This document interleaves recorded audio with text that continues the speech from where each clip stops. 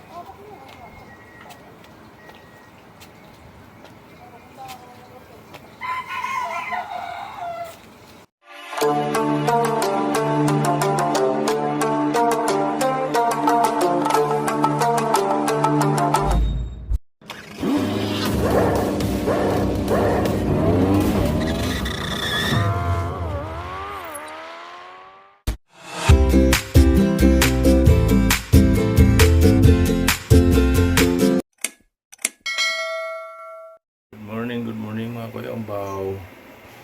Good morning sa ating lahat. Saan man sulok na mundo. Yan si Kuya Ambaw. Dito na tayo sa nakalabas na tayo galing sa ospital pala, no? So araw pala natin ngayon na Susyubis. So nakalabas kami kahapon sa ospital.